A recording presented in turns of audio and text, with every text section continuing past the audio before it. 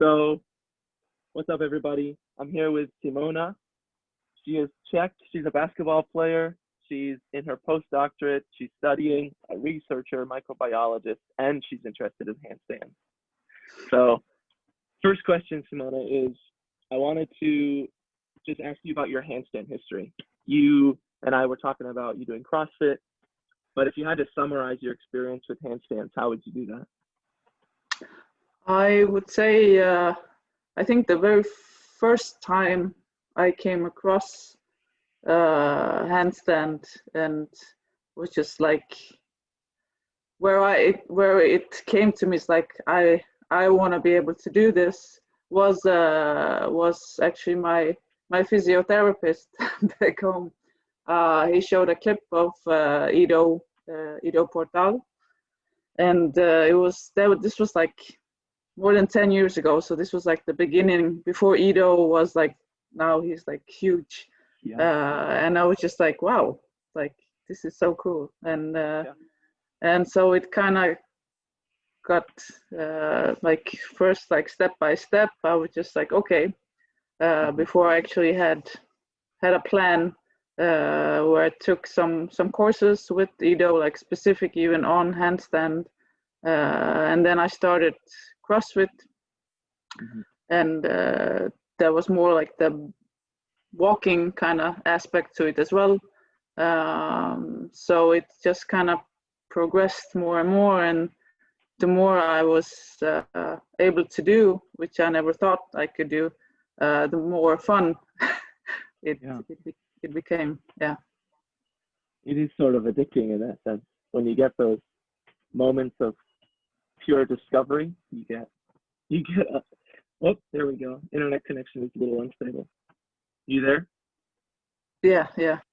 Yep. I was saying it's a little addicting in that sense that handstands become a game of discovery and total play in one sense. And I think that's a good quality to have in a physical practice. Awesome. Yeah. So nowadays, when you signed up, you said you found Handstandology on Facebook and you were attracted because of the handstands. So what do you see in the program, or what was your first impression of the program when you hopped on? Well, I'm probably like one of the only ones that are really old school when it comes to phones. I have a 5S, which like doesn't even upgrade anymore for Apple. Now I discovered. But I could still at least download the app. But it's just like when I first saw it was just like, oh, an app. But it's like, okay, I'll give it a shot. And I downloaded it, and at first it was just like a little bit for me kind of difficult, but once I got the hang of it, it made really good sense to me, like the way it's structured, and the actual, like that there are many different aspects in the actual program. It's not just, well, let's do some wrist preps and do some things on your hands. There's different kind of range of motion. There's the breathing part as well. I also love Wim Hof, and I'm a big fan of him. So that was really nice to see as well. It's like everything that there's, it's like it combines things that everything is needed. And not just, I guess, for the handstand. I mean, it's just like overall improving your, mobility, which is key nowadays, especially when people are just sitting all the time as well. So I like that, and I like that it was like you're in a team, and you kind of hold your buddies kind of accountable as well. Like you see, okay, they had a question, or they did this, or they're struggling with the same thing, and like also, like the hero's pose, which is a pain in the butt. So that was really nice in a very good way to kind of group people from all over the world, and you could still make it work, and it's understandable. There's nothing. It's like you also check the level before like they're put into the groups, which is important. So there's nothing too complicated for you, but still challenging. Like some things are more challenging than others, of course, depending what you're good at. But that's how it's supposed to be, I think. And there were a lot of things that were new to me. So I just for like these 3 weeks or whatever, I already learned a lot of new things because I've seen some other like courses where I've been where it's a lot of stuff is repetitive, and it's just like, okay, but I've seen like this millions of times, so it's nothing new, but it's nice to actually learn a lot of new things. I love it. Thank you. Such a good answer and response, and just a very thoughtful one too. I can tell you think in detail. I think I said that in maybe our first conversation, and having that analytical mind and approaching practice with that as well. Super. You froze again. Whoop. All right, no worries. Give it a second. There we go. I said having that analytical mind and approaching practice this way too is a super cool quality to bring to your training. So a couple things stood out to me in what you said that I wanted to comment on too, is that handstands by nature are somewhat repetitive. There are, like, when you're learning as a new or a beginner to this practice, you can either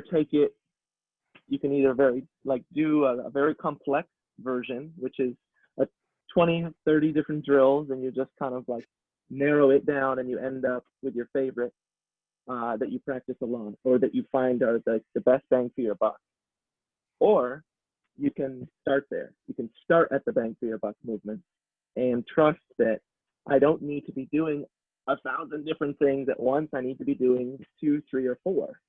And so when you start there, it helps to have some buddies, as you said, who are doing the same thing too, because then you don't feel alone in this somewhat repetitive, sometimes boring learning process. And this is the nature of handstands. I mean, I'm learning to juggle right now. Maybe basketball has been the same way. You got to do things over and over and over and over again to really master them.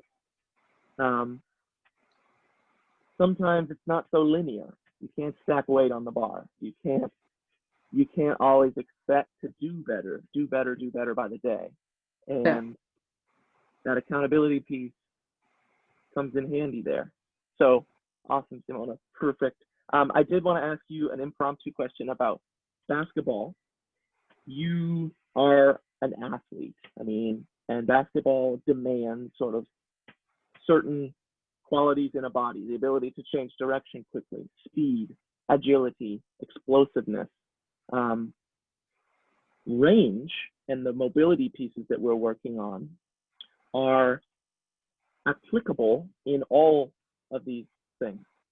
So I know I've paired them with handstands, but range is developed separately as a totally different system, and actually is used in many athletes. So I'm curious down the road, and this is more of a hypothetical thing, but if you were to stick with range, do you think it would benefit your basketball training at all?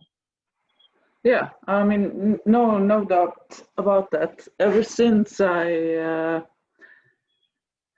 done like just different range of motions kind of things before, because before I had a lot of injuries. I mean, when you play at basically elite, like I didn't get paid, but it was just because not so many get paid in women's basketball, but it's like semi, I guess, professional or the highest you could get. So when you practice like every day, you do the repetitive thing and so many change of directions. I had so many injuries, so many problems. So I started doing kind of rehab in a different way with more range of motion, just different exercises maybe. And immediately it clicked. I didn't necessarily get faster just because I'm getting older and older, but I am actually still like almost, you could say, I don't have injuries. My body can handle training, like still these like change of directions. Like all my friends almost now that are my age, they're just saying like they have back issues, they have ankle problems, knee problems, and there's so many that cannot play or like are very limited in playing.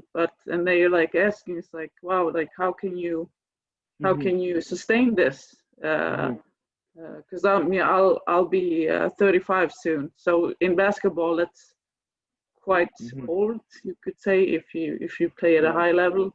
And it's because like I know it's because of the range of motion, and I see it in young basketball teenagers. They are so unmobile. It's ridiculous, really, actually. And I think that's one of the problems. Actually, you see also a lot of injuries in basketball because you don't have that range of motion, you don't have that strength in the like outer positions, and when you do so much change of direction, all the stuff, it just that's where the injuries occur. So I 100% definitely applicable. Love it. Love it. I think the tides are changing. Those young athletes, they're learning. I mean, you're learning. Your generation of professional semi-pro athletes already know. I mean, you said if your peers are in pain, but you're not, there's got to be more cases like that. And I think definitely college age, collegiate athletes are learning that range matters too. You know, that in those cases where injuries occur, because I've seen it and heard the stories as well about these collegiate athletes moving up or being scouted for pro teams and just getting there, but then like they're generally unconditioned or deconditioned. They're like great at what they do, but inexperienced in the range and strength world. And so it also makes you think, well, if you develop these qualities in that athlete who's already elite, what could you get to? Yeah. Well, cool, Simona. I'm gonna hit the record button, stop that, and we can check in.